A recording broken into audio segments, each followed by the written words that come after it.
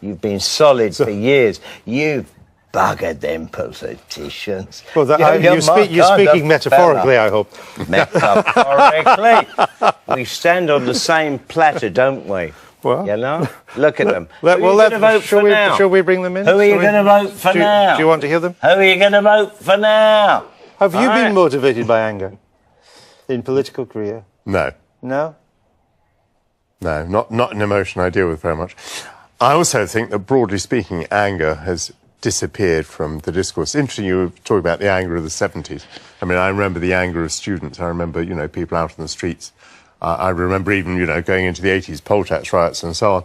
But when it came to Iraq, you know, it was 1 million people strolling in the park. It didn't seem to me that that same anger was around. And now we're into the 21st century. I don't see much of it at all. I don't think anger has disappeared. I think, for instance, a lot of UKIP voters, certainly ex-Labour UKIP voters, are actually quite angry about the Westminster elite and issues like that. And I've been angry in politics. Yeah, you've been angry. Anger is what you get angry about. Yeah, I get angry about injustice, racism, whatever. And, you know, I still can feel angry. Didn't you get angry in your previous incarnation? Yeah, as a Thatcherite. I don't think so. Weren't you angry? No? I don't think so, no. You bloody sad sack. Got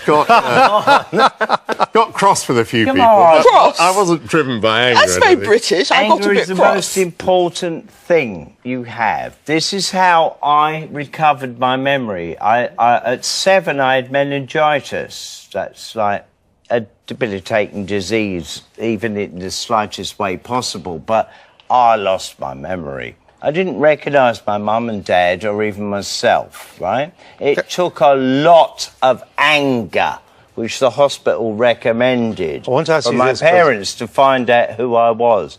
Anger is an energy. Just before we go, are young people angry enough today? No, they're not. No, they're not.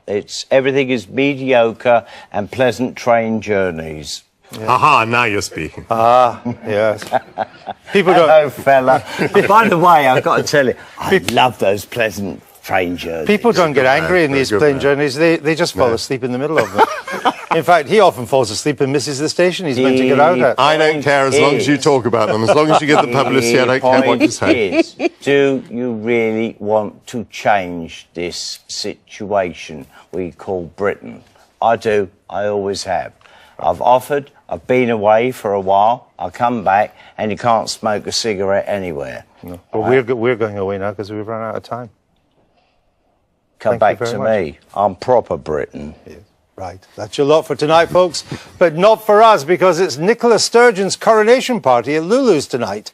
Now, knowing wee Nippy Sweetie, as they endearingly call our Nicks north of the border, yep, wee Nippy Sweetie, it'll be a right laugh.